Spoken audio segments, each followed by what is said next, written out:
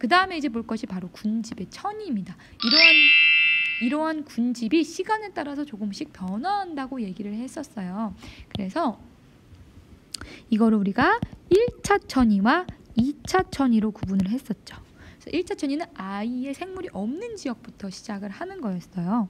요거를 우리가 건성천이와 습성천이로 나눠서 얘기를 했었는데, 건성천이는 이제 물이 없는 곳, 아예 육지, 땅에서부터 시작을 하는 거였습니다. 그래서 메마른 땅에 이제 가장 먼저 도착하는 생물이 바로 지으류라고 했었어요. 지으류. 이 지으류는 가장 먼저 도착한다 해서 개척자 생물, 이런 얘기를 했었습니다. 그래서 얘는 무엇과 무엇에, 바로 조류와 균류, 곰팡이, 이것의 공생체라고 했었어요. 그래서 얘네들이 이런 척박한 환경에 뿌리를 내리면 토양이 형성되게 되죠. 그래서 이제 이끼가 자라게 되고 그 위에 풀이 대체를 하게 됩니다. 그 다음엔 나무가 자라게 되죠. 그래서 어떻게 돼요? 관목, 가장 키가 작은 관목림이 형성이 되게 되는 거고, 자, 그 다음에 초본류라고 쓰지 말고 초원이라고 쓸게요. 이제 풀이 줄을 이루는 초원, 그다음 관목림, 그다음에 양수림. 키가 큰 나무인데 이제 빛이 잘 들어오는 곳이기 때문에 양지식물인 양수림이 이제 들어오게 되고요. 그다음에 양수림과 음수림이 합쳐진 호남림, 그 이후에 음수림이 들어오게 됩니다. 이 과정이 건성천이 과정이었고, 건성천이를 확실히 알고 있으면 습성과 2차도 어렵지 않다라고 했었어요. 그래서 이쪽으로 가면 갈수록 토양의 깊이는 점점점 깊어지겠죠. 왜? 뿌리를 더 깊게 내리기 때문에. 반면에 이쪽으로 가면 갈수록 빛의 세기는, 지표에 도달하는 빛의 세기는 약해질 거예요. 왜? 식물들이 너무나 빽빽하게 차기 때문에. 그래서 그런 것들도 이제 확인을 해볼 수가 있겠고요. 습성천이 같은 경우는 처음에 시작이 땅이 아니라 이제 호수가 시작이 됐었죠. 그래서 처음에는 영양이 없는 빈 영양호였다가 점차 여기에 이제 땅에, 이제 토양에 있는 여러 성분들, 영양분들이 이제 호수에 채워져서 부영양호가 되고, 이 부영양호가 점점 이제 토양이 더 차게 되면은 이제 우리가 여기가 초원으로 바뀌게 되는 거죠.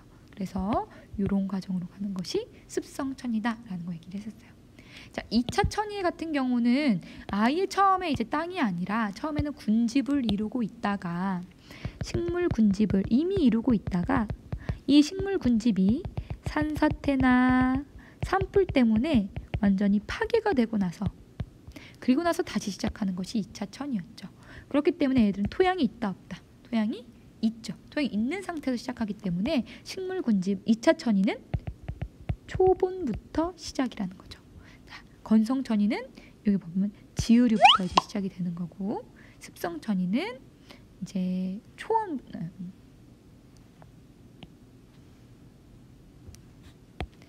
그래서 그 이후에 이제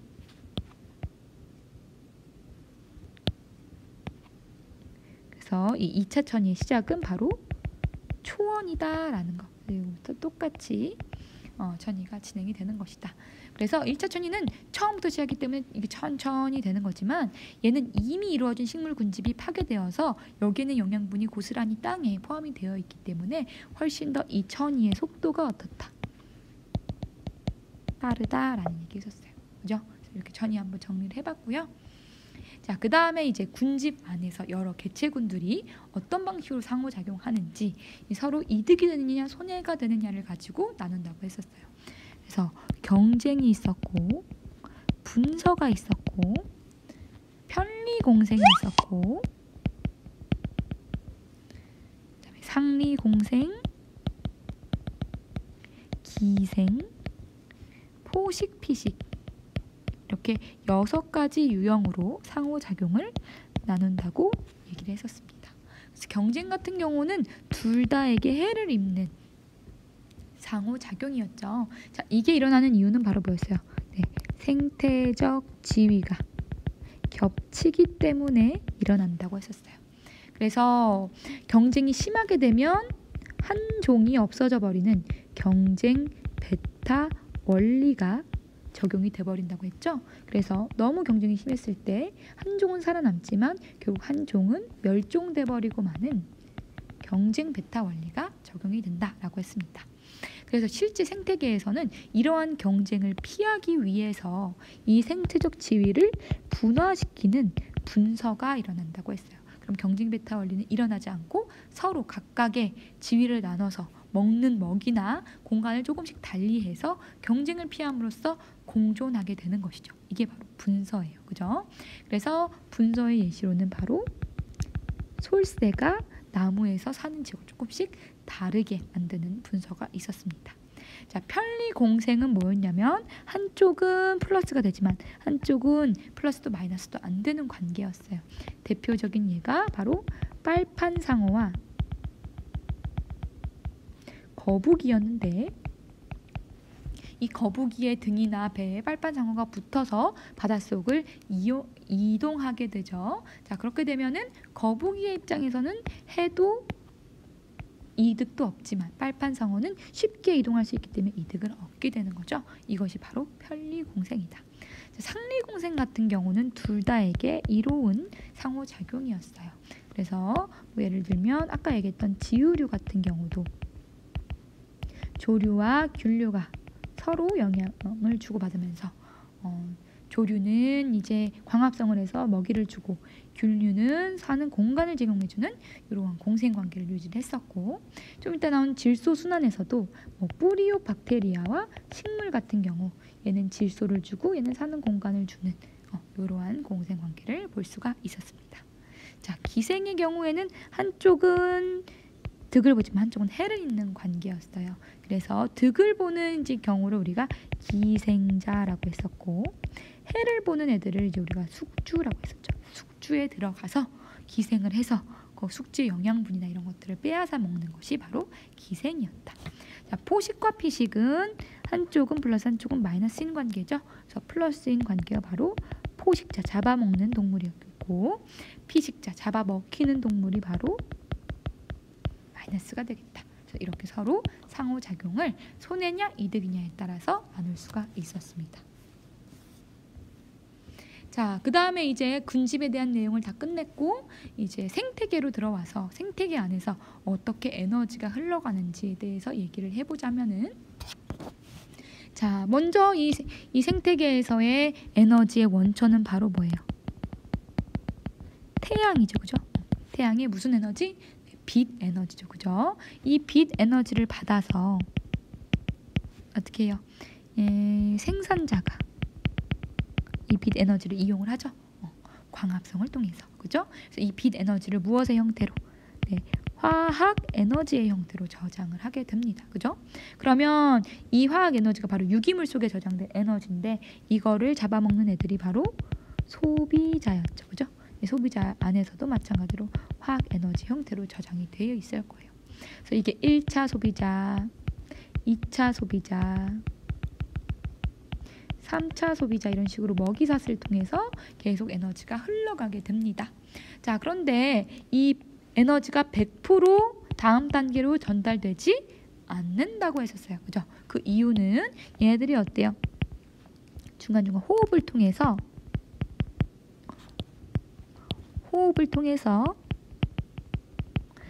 열 에너지로 일부를 방출시키기 때문이다 라는 얘기 했었어요.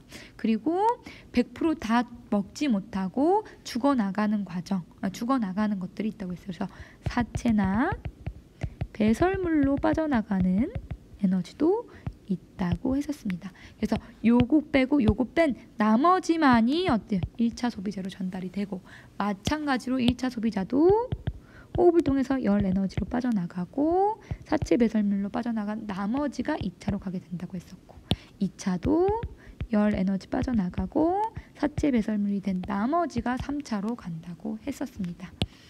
얘도 3차도 열 에너지 빠져나가고 결국 사체 배설물로 가게 되겠죠, 그죠?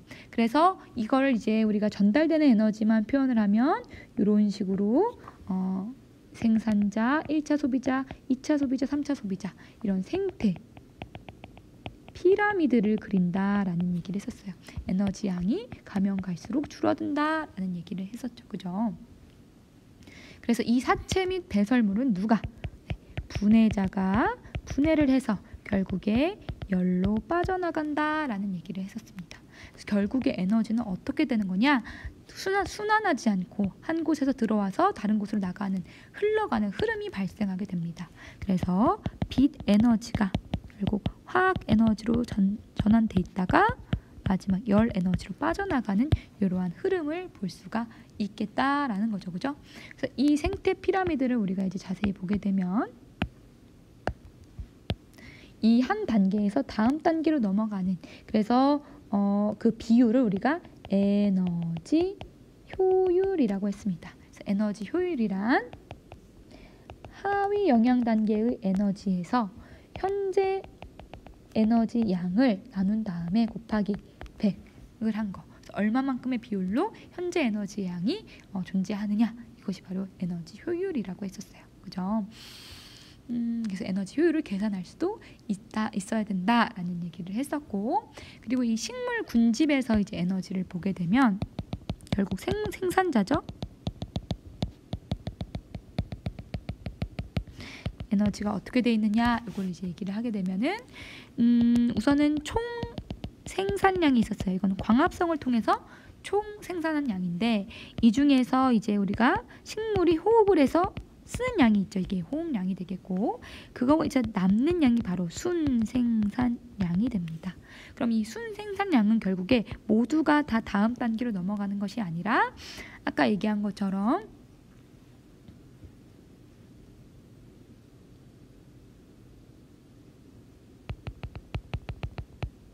잡아 먹히는 양이 따로 있고, 그리고 말라 죽는 고사량이 있고, 그 나머지만이 순수하게 이 식물이 생장하는 생장량이 된다라고 얘기를 했었어요.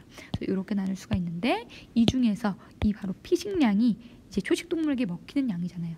이것만이 이제 1차 소비자에게 전달된다라고 볼 수가 있겠죠. 그죠? 이게 바로 이제 식물 군집에서의 에너지 구조였습니다.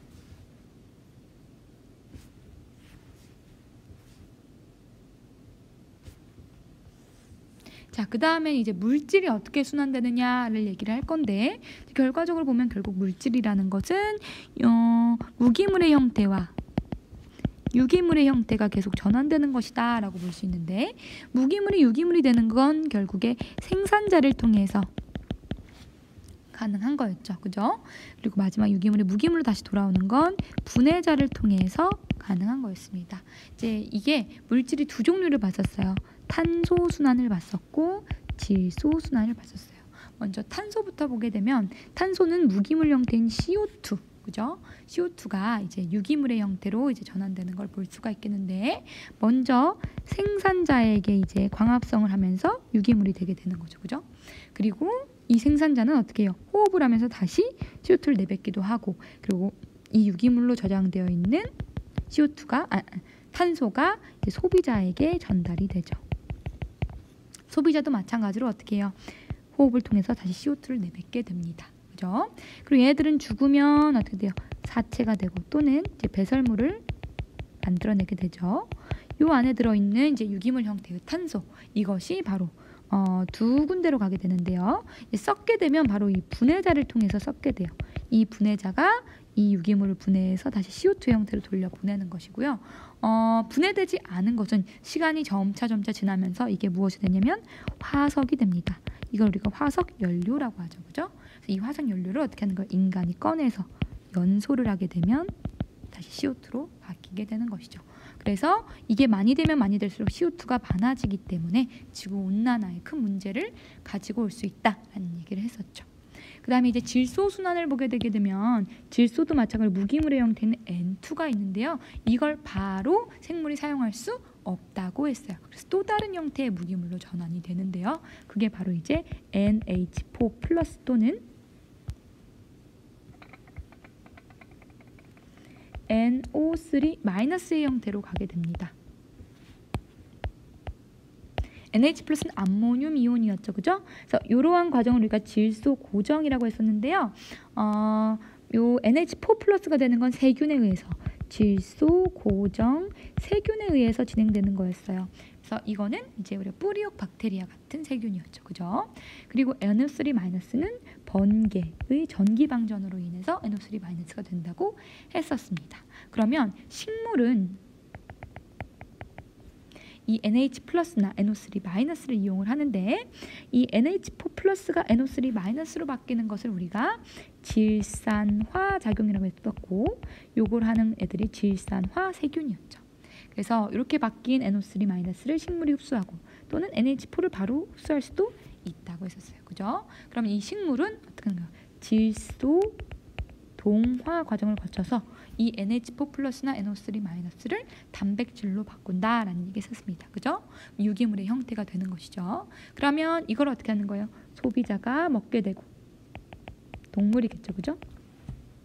그리고 이걸 어떻게 하는 거예요? 분해자가 분해를 하게 되는 것이죠. 그죠? 그래서 이 분해자가 어떻게 다시 NO3- 형태로 분해를 하게 NH4+ 형태로 분해를 하게 됩니다.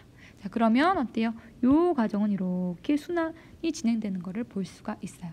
근데 문제는 뭐예요? 이제 이 질소가 고정됐던 게 다시 또 질소 기체 형태로 돌아가야 되죠. 그죠? 그것이 어떻게 일어나냐면 NO3-를 N2로 바꿔주는 요 과정이 있다는 거예요. 이게 바로 탈질산화 작용이고 이걸 하는 세균들이 바로 탈질산화 세균이었죠. 그죠? 그래서 질소 고정 세균, 탈질산화 세균, 질산화 세균의 역할 때문에 이러한 일들이 일어나게 돼서 요 안에서 이렇게 순환이 일어나고요. 또 식물이 있고 분해자가 있고 소비자가 있기 때문에 이러한 하나의 또 순환이 일어나게 되는 것이다 라는 거. 그래서 탄소는 이제 조금 더 간단하지만 질소는 좀 복잡하다는 점 하나씩 체크를 해놓길 바라겠습니다. 자, 마지막이에요. 이제 생물 다양성으로 왔는데요. 생물 다양성은 우리가 세 가지 범주로 보죠. 유전적 다양성이 있고 종 다양성이 있고 생태계 다양성이 있다고 했습니다.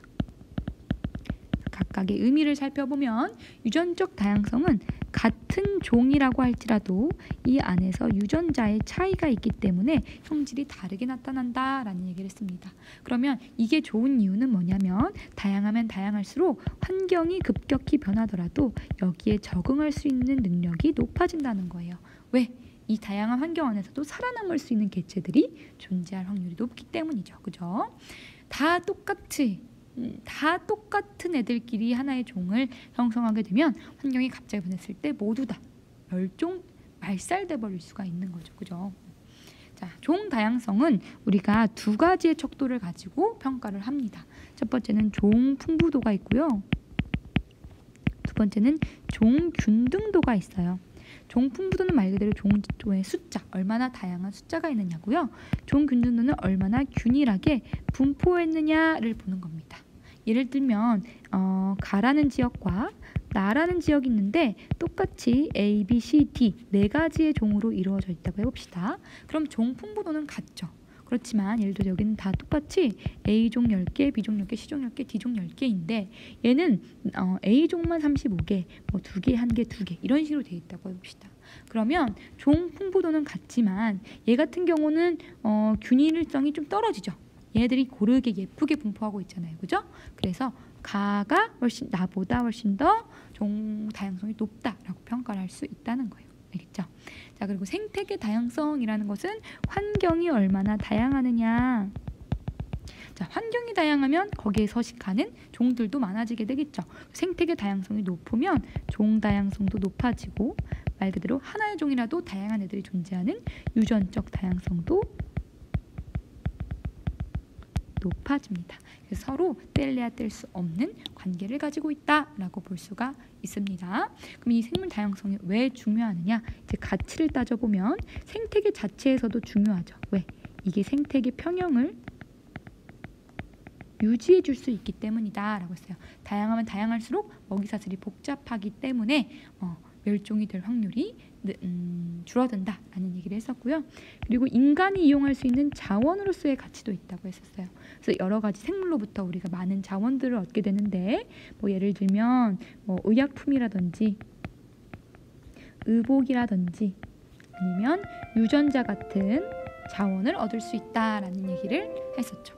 그런데 이제 인간의 개입 때문에 이 생물 다양성이 위기를 맞고 있죠. 또는 감소되는 원인을 볼 수가 있어요. 그 여러 가지 것들 중에 대표적으로 서식지 파괴나 단편화가 있었고, 그리고 불법 포획이나 남획, 마구잡이로 잡아들이는 남획이라는 것이 있었고요. 그리고 환경 오염, 마지막으로 외래 생물 침입, 뭐 이런 것들이 이제 생물 다양성을 감소시키는 그런 원인이 될 수가 있었다. 그중에 단편화라는 것은 뭐였어요? 여기 이 하나의 서식지에 도로 같은 게 깔리면서 이것들이 서로 이동하지 못하게 되는 현상이었죠. 이렇게 되게 되면 이 중앙에 사는 종들이 많이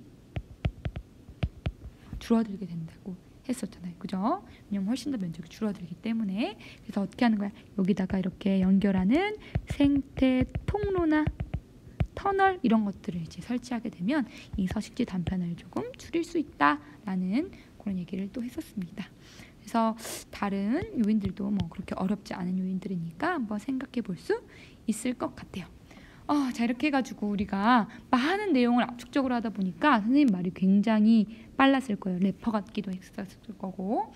그래서 사실 여기서 모두 다 담아내지는 못했지만 전체적으로 이런 내용이었구나 라는 걸 다시 한번 복습을 하고요. 요거를 이제 토대로 우리가 배웠던 부분에 살을 좀 붙여가면서 공부를 쭉 해나가면 생태계에 대해서 완전히 정복하고 간다고 보면 되겠습니다. 너무너무 수고 많았고요. 쌍방향 시간에도 또 만나길 바랍니다. 안녕.